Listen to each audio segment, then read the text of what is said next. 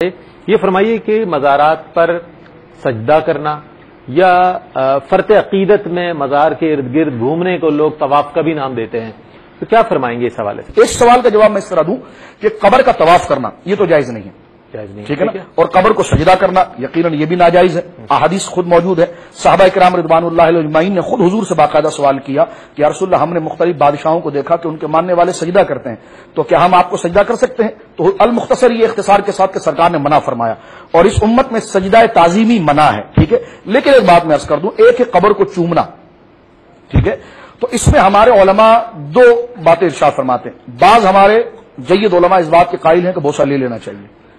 اور بعض احتیاط اور رحمت کا پہلو رکھتے ہیں، جس طرح امام اہل سنت آپ فرماتے ہیں کہ بہتر یہ ہے کہ نہ چوما جائے۔ لیکن ایک بات میں عرض کر دوں، سجدہ اور ہے، قبر کا بوسہ اور ہے۔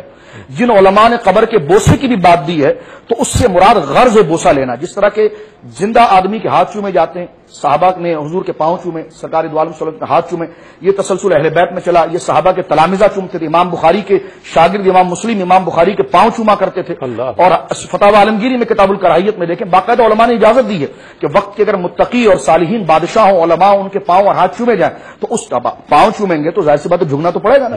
ہاتھ چومیں گے تو جھکنا تو پڑے گا، تو بغیر کسی غرض کے جھکنا یہ منع ہے، سجدے سے ہٹ کر یہ بات کر رہا ہوں۔ لیکن غرض اگر دس بوسی کی ہو اور وہ صالحین ہو متقی ہوں جس پر گفتگو ہو رہی ہے تو پھر وہ چومنا جائز ہے۔ ان علماء نے ان احادیث کو لا کر منطبق کیا ہے قبروں پر بوسہ لینے کے لیے، لیکن پھر بھی احوط طریقہ یہ ہے کہ قبروں کو بوسہ نہ دیا جائے بلکہ دور رہ کر فاتحہ پڑھا جائے۔ لیکن اگر کوئی قبر کو چوم بھی لیتا ہے تو عوام کے لیے یہ فتویٰ بھی نہیں لگانا چاہیے کہ جناب یہ کفر ہو گیا، یہ شرک ہو گیا، یہ سجدہ ہو گیا۔ سجدہ ایک مستقل ہیت کے ساتھ ہوتا ہے، وہ تو ناجائز ہے، لیکن اگر قبر کو چوما جا رہا ہے بزرگ اور صالحین جیسے والدین کی قبر یا اولیاء کی قبر، تو ان علماء نے جو جواز کے فتوے دیے وہ صالحین ہیں، وہ علماء ربانیین ہیں، تو ان پر بے اعتمادی نہیں رکھنی چاہیے، اس کے پیچھے دلائل موجود ہیں۔ اگر کوئی مجوز ہو کر قبر کو چوم لیتا ہے تو وہ چومنا اس کے نزدیک جائز، لیکن سجدہ نہیں ہے، لیکن وہ کفر نہیں ہے، شرک نہیں ہے، لیکن احمد طریقہ یہ کہ دور رہ کر پائنتی کے قریب کھڑے ہو کر فاتحہ پڑھ لے۔